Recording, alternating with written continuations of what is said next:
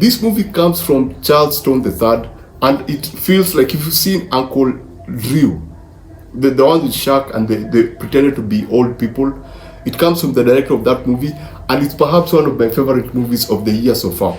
Because it's a comedy sport movie, it does not take itself seriously. There's nothing new about this movie. If you've seen the Mighty Ducks, which is referenced in the movie, you've seen this movie. If you've seen any other sports movie, you've seen this movie. There's nothing different about it. As the name suggests, the Underdogs. It's the Underdogs. But here's the funny thing. By the time the movie ends, the last scene in the film talks about how what Snoop Dogg has been up to all since 2005. And the impact of whatever he has been doing. And this movie, for me, felt like a celebration of what Snoop Dogg has been doing. Now, Snoop Dogg is a star in this particular movie. He plays Jason, one of a washed down football player. He was an asshole, and so things did not go his way. So with time, he became disconnected with society. He basically, his life just went downhill. Now he has a podcast. Yes, he's enjoying his money, but still he's that a-hole that we all kind of know in terms of sports personalities. But now things change when he has an accident and then he has to go and do community service, which is actually collecting dog poop. And then he sees this group of kids in his former hometown.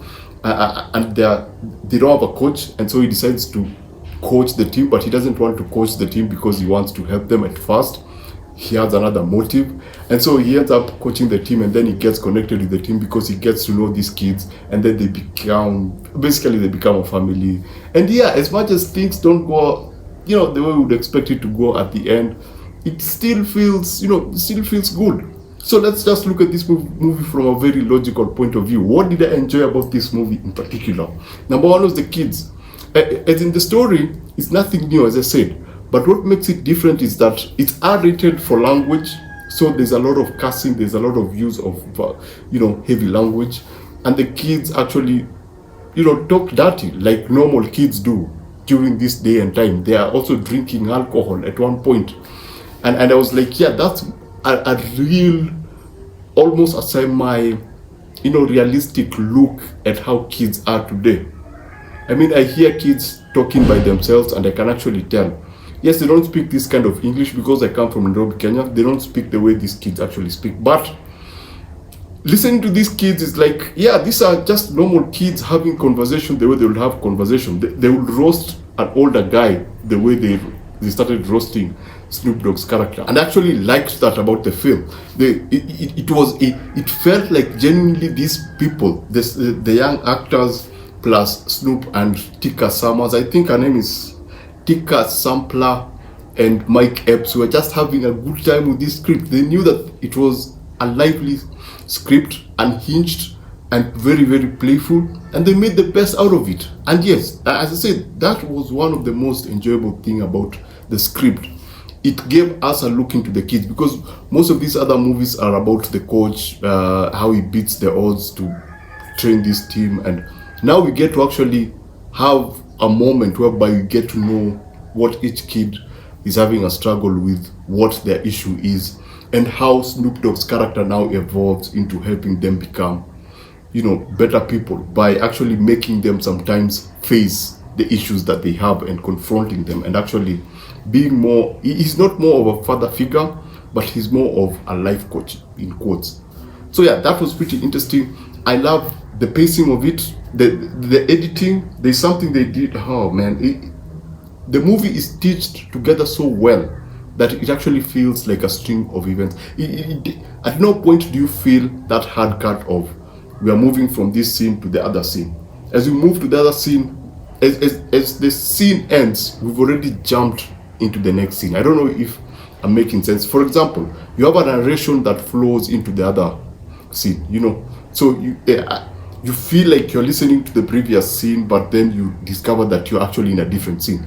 So at the end of it all, at the end of the movie, everything just feels like they took their time to actually ensure that the movie is stitched together so well. Now, back to the dialogue. This is produced by Kenya Barris, and you can actually feel its influence in how just free-flowing the dialogue is. It feels like they took time to improvise some things feels like they were improvised, some things just gel well to create something that feels like real conversations. They don't feel like scripted. Yes, there's a moment when Snoop Dogg comes back from the whatever and Mike Epps' character is trying to quote a quote from the Bible, and Snoop Dogg just sweeps in at the moment that he's supposed to deliver that line. That felt kind of off. It felt like something that was written, but generally everything else felt kind of natural. It felt like, you know, these people had internalized all these characters so much that when they were on set, things were just flowing within them. You know, they went into character and just, you know, the dialogue just came in free flowing throughout the film. Mike Epps' character is a weird addition to the film because at first you think that it's a cameo. When he's introduced, you think that, oh, we've seen him this particular time, he's not going to come back again. But his impact on the team and Snoop Dogg's character and his arc is a pretty interesting one, because he's actually, you know, he's one of those people in the community who are usually, they're cool people, but they don't seem to move ahead in life because they're stuck somewhere. You know, they're stuck in a moment in their life. For him, he was still, you know, selling stuff, and he never got to, you know, make that big step from where he was. And so this Snoop Dogg's event, which is Jason's event, trigger him into becoming something else within the film. And his role is actually a very big one, because when Snoop Dogg comes in, he technically is not able to control the kids. You know, when you think about it, because it happens so quickly that you don't get, as a viewer, you don't get a chance to actually think about what's happening. But Mike Epps' character is the character that makes everything move.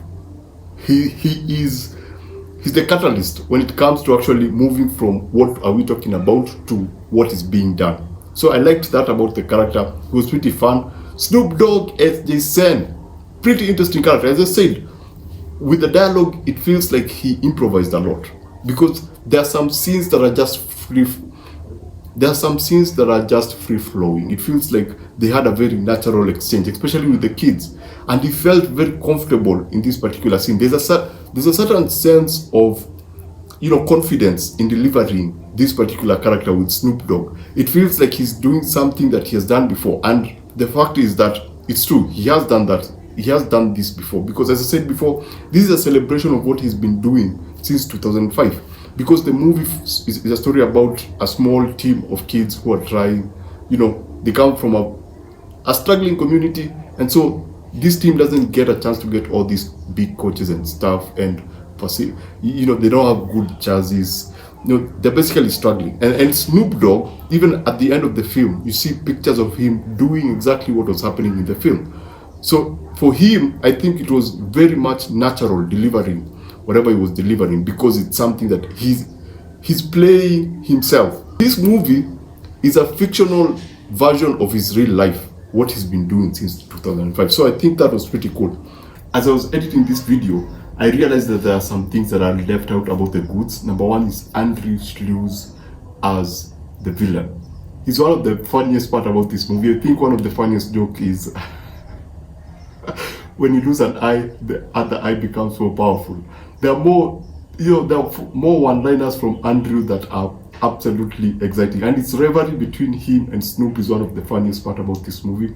The other thing, that there are so many small elements in the background in this movie that are actually funny. Number one is the hashtags. Number two is Snoop Dogg's outfits. They become outrageous as the movie goes on. No, they become subtle as the movie goes on. You know, at the beginning they are outrageous, but as you move on, he becomes more composed in how he dresses. There's a moment on Fox TV when someone says something without realizing that they're in front of the screen, and that was also pretty cool. So yeah, back to the video. When it comes to what I did not like, I wish Tika's characters, Tika Sumpter's character, I think you all know her. I wish she was given more. I wish she was not that love interest that almost got away. I wish they would have done more. I like what they did with Ghost. If you watch the movie, you know what I'm talking about. And I wish that Tika's character was given more depth. It just, she did not feel like, you know, she felt a bit too generic. She felt like that love interest, and the moment she's introduced and you learn about her history with Snoop, and some things become extremely predictable. I wish they would have just, made it a bit, I don't know what they would have done, but just made her something more than the love interest who's trying to, keep this team going.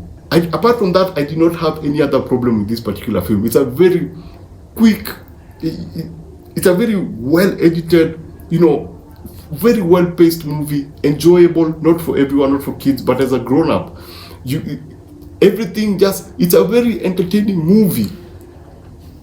It's a genuinely entertaining movie, and it's doing what we want to see in film. Yes, it's on Prime, and that's cool, but even if it was on a big screen, I would have gone to see this particular film because it's a very entertaining film.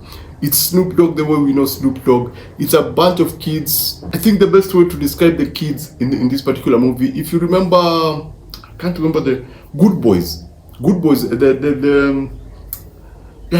was a movie about a bunch of kids. I can't remember the movie, but the language was very strong, and so we have those kind of the same kids in this particular movie, and so it makes for a very, very interesting movie. It's very enjoyable for adults. It's very, very enjoyable. So if I was to give this a rating, I would give this a 4.5 out of 5. I had an absolutely good time. Surprisingly, nothing new, nothing unique, but very, very entertaining. Snoop Dogg, even in the opening scene, I think it has one of the best introduction ever. It moves so quickly in just telling us what's in the first 20 minutes. You know exactly what Snoop Dogg is about. You understand what happens to him, and so when everything just kicks in, you're ready. You're ready for the ride. So this is a fantastic movie. If you have the time, go watch it. Go have fun with this, and always remember to always watch what you enjoy and enjoy what you watch. And please subscribe so that I can see you on the next one. Thanks for watching.